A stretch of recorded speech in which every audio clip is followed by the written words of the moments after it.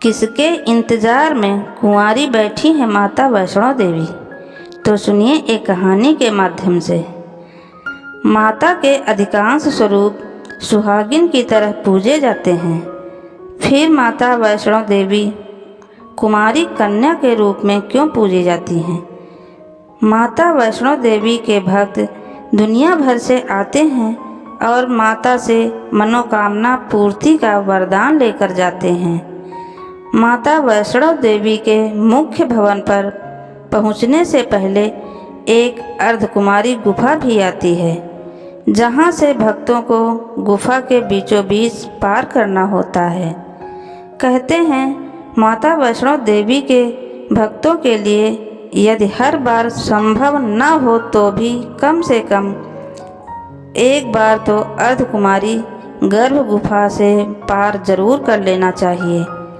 धूमावती माता और एकाध अन्य माता के स्वरूपों को छोड़ दें तो माँ जगदम्बा ज़्यादातर जगह सुहागिन रूप में ही पूजी जाती हैं। माता वैष्णो देवी में सिंदूर चढ़ता है, सुहाग का आशीर्वाद भी मिलता है, परंतु माता कुंवारी रूप में है। माता वैष्णो देवी के भक्तों को यह जानने की इच्छा जरूर होगी कि ऐसा क्यों है। इसके पीछे एक पौराणिक कथा आती है। आप सभी माता भक्तों से विनती है कि जय माता दी जरूर लिखें, ताकि माता रानी की कृपा सदा आपके परिवार और आप पर बनी रहे।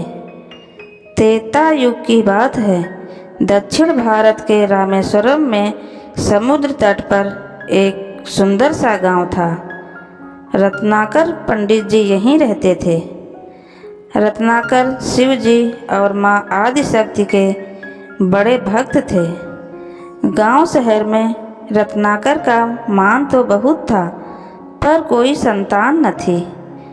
रत्नाकर की पत्नी हमेशा माँ आदिशक्ति से संतान की गुहार लगाती रहती थी। उन्होंने लगातार कई वर्षों तक माँ की पूजा अर्चना की। कई सालों से संतानहीन रत्नाकर की पत्नी की प्रार्थना एक दिन माँ ने सुन ही ली। वह गर्भवती हुई तो एक रात रत्नाकर के सपने में एक बालिका ने आकर कहा, मैं तुम्हारे घर आ रही हूँ, पर एक शर्त है। जो मैं कुछ करना चाहती हूँ आप रोकेंगे नहीं।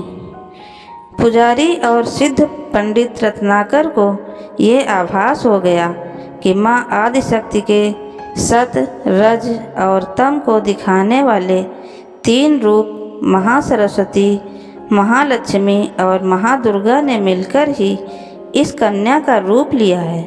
रत्नाकर को यह भी पता चल गया था कि यह कन्या माँ आदिशक्ति ने धर्म की रक्षा के लिए ही प्रकट की है। रत्नाकर उसी भाव से कन्या का लालन पालन करने लगे। तीनों महाशक्तियों के मिलने के उस स्वरूप को उन्होंने त्रिकुटा नाम दिया।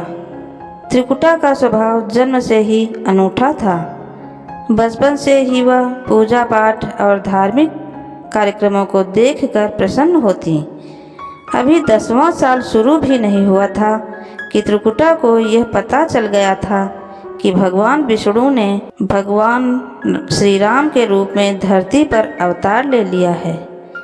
त्रिकुटा ने यह व्रत ले लिया था कि वह भगवान श्री राम से ही विवाह करेंगी, अन्यथा आजीवन अविवाहित रहेंगी। त्रिकुटा ने अपने पिता से कहा कि वह रामेश्वरम के तट पर रहकर तपस्या करना चाहती हैं। शर्त के मुताबिक रत्नाकर ने उसे नहीं रोका। 10 बरस की उम्र से ही त्रिकुटा समुद्र तट पर एक कुटी बनाकर रहने लगी। वह भगवान श्री राम को पति मानकर उनको पाने के लिए कठोर तप करने लगी। इसी तरह घोर तप करते त्रिकुटा को बहुत बरस बीत गए। सीता हरण के बाद भगवान श्री राम लक्ष्मण के साथ दल बल लेकर सीता की खोज करते हुए रामेश्वरम पहुँचे। श्री राम को पुल बांधने तक यहाँ ठहरना था। भगवान एक दिन विचरण कर रहे थे, तभी समुद्र तट पर एक तेजस्विनी ध्यानमग्न कन्या को देखकर बहुत चकित हुए। उस कन्या के ओज और आभा से वह स्थान अलग ही रोशनी से प्रकाशित हो रहा था। भगवान श्री राम कौतूहलवश उस कन्या के तपोस्थल पर पहुँचे। प्रभु ने उस कन्या से पूछा, तुम कौन हो देवी, और इतनी कम उम्र में इतना कठोर तप क्यों कर रही हो? ऐसी क्या अभिलाषा है जिसके लिए ऐसा घोर तप करने को विवश हो? कन्या ने भगवान को विनयपूर्वक प्रणाम करके अपना परिचय पंडित रत्नाकर की पुत्री त्रिकुटा के रूप में दिया। फिर अपनी प्रतिज्ञा बताई। त्रिकुटा जान गई थी कि उनके सामने साक्षात श्री रामचंद्र जी खड़े हैं, इसलिए उन्होंने निवेदन किया कि आप मुझे पत्नी के रूप में स्वीकार कर लें। इस पर भगवान श्री राम ने कहा, ये संभव नहीं है। मैं एक पत्नी के रहने के संकल्प से बंधा हूँ। अपनी पत्नी के अपहरणकर्ता को दंड देने के लिए यहाँ तक सेना सहित आया हूँ। त्रिकुटा को यह सुनकर आघात पहुँचा। उन्होंने अपने कठोर तप का वास्ता दिया और भगवान से विवाह करने की पुनः याचना की। त्रिकुटा ने कहा, प्रभु, क्या मेरा यह तप व्यर्थ गया? मेरे तप में वह शक्ति नहीं कि आपको प्राप्त कर सकूं। मेरा तप अभी कम है तो मैं इसे और कठोर करूंगी और जब तक जारी रखूंगी जब तक मेरी अभिलाषा पूरी नहीं हो जाती।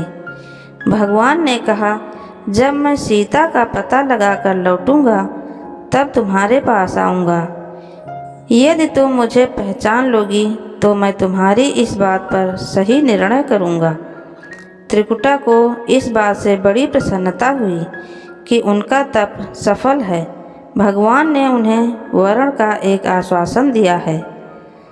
अब उन्हें अपने स्वामी की परीक्षा में उत्तीर्ण होना है। इस प्रसन्नता के भाव से भरकर त्रिकुटा का उत्साह और बढ़ गया। उन्होंने और कठिन तप करना प्रारंभ किया।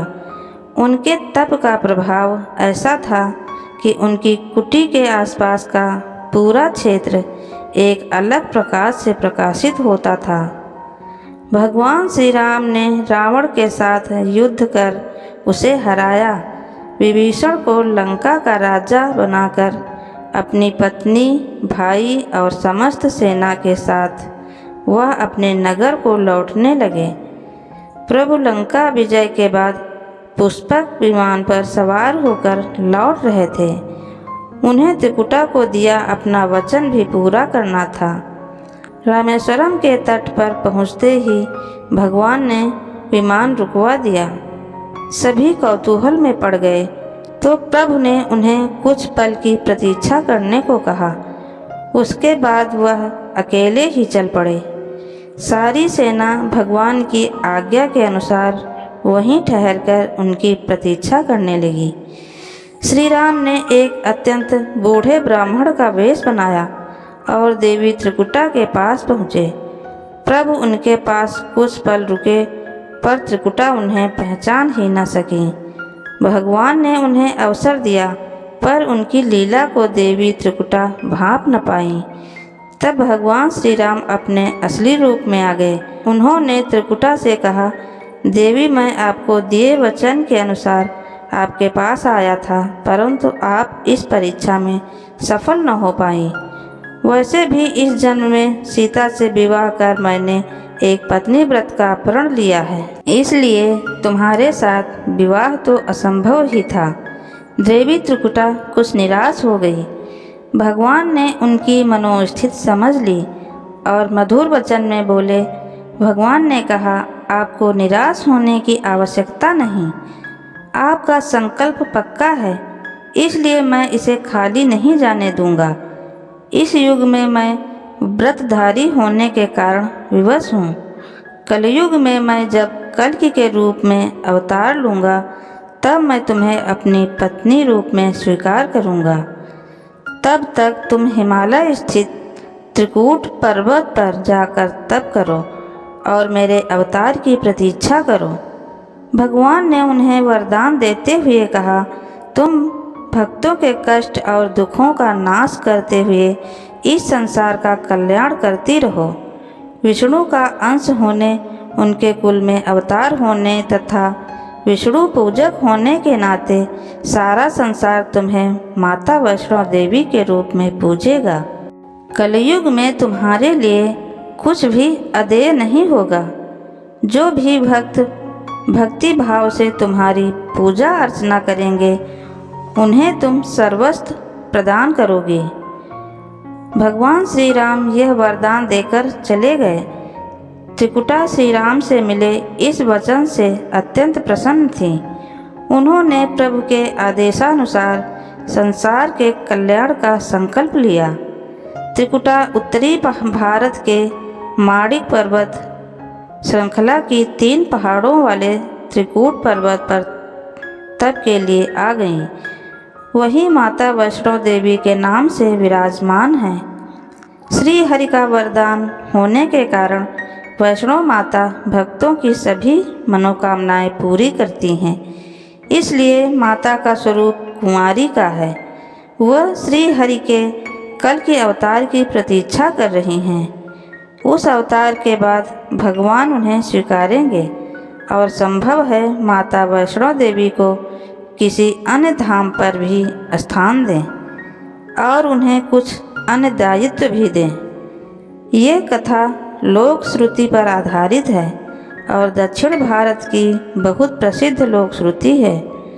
माता वैष्णो देवी के श्रद्धापूर्वक भक्ति के साथ आने वाले भक्तों की मनोकामना अवश्य पूर्ण होती है। माता के मंदिर में ही ऊपर भैरवनाथ की गुफा है। यह भैरवनाथ विश्व स्वरूप भगवान भैरव नहीं है, बल्कि एक अघोर हठी साधु भैरवनाथ हैं। भैरवनाथ को नाथ पंथ का साधक भी माना जाता है। उसी नाथ पंथ का साधक जिससे योगी आदित्यनाथ आते हैं। कहानी अंत तक सुनने के लिए आपको दिल से धन्यवाद। अगर कहानी आपको अच्छी लगे तो वीडियो को लाइक करें और चैनल को सब्सक्राइब करें। कमेंट में जय माता दी लिखना न भूलें।